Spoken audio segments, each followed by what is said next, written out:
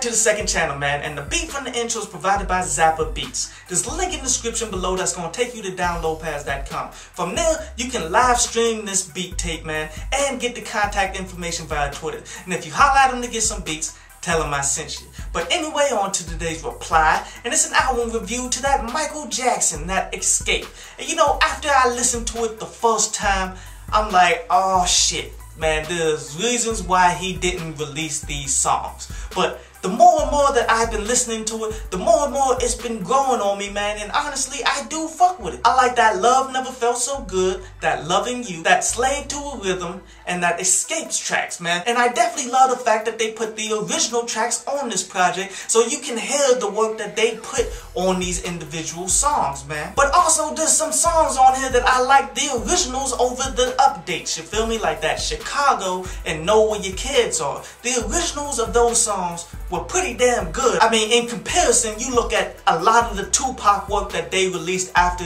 they really just didn't give a fuck. They was really just putting out tracks that was being subpar produced, half-ass produced, and just getting the money off of that shit. This project, a lot of people put in a lot of passion in order to make it right. And it makes sense because the record labels don't really own the shit. Because really, one of the biggest record labels out there, Sony, they worked for Michael Jackson, not the other way around. And Michael Jackson's family still owns 50% of all the masters that they have. Therefore, they just can't start grabbing up songs and just releasing it annually and shit and just make a fucking killing while releasing subpar music. I give this project an 8 out of 10, and I recommend people to go ahead out and buy this one, man. And I'm not saying that because it's Mike. I mean, I'm saying it because the music is good, and then you are definitely directly supporting Michael's family. But anyway, on to Ask, Download, Pass. And my homie Shane hit me up with a couple really good comments, man. The first one, the DMV is real, man. We got Los, Logic, Wale, Phil Ade, Fat Trail, Black Cobain. And you know what, my brother? You absolutely right, man. I love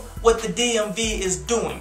And it's not like how most hip-hop cities and shit be doing, man, because usually there's like one particular sound that everyone else just straight up bandwagons, and that becomes a hip-hop town and shit. These guys, all as individuals, pretty much besides Black Cobain and Fat Trail, they're pushing forward their own unique sound, man, their own types of music, but yet there's so many of them coming up at the same time, it's becoming a unique hip-hop section, you feel me? And they are definitely competing for the next area of hip-hop, you feel me? Because with Atlanta pretty much all but faded away now, it's really between Chicago and that Chirac sound and the DMV. I mean, the new West Coast is doing their thing and shit too, but really it's between these two. And the second comment that Shane made is how we, the black community, need to stop waiting on Obama or celebrities and such to speak out about our issues before we do something. We need to handle our own fucking community. And that's real fucking shit, my dude. Like, when you look at a place like Chicago, you hear all of the murders. The press is eating that shit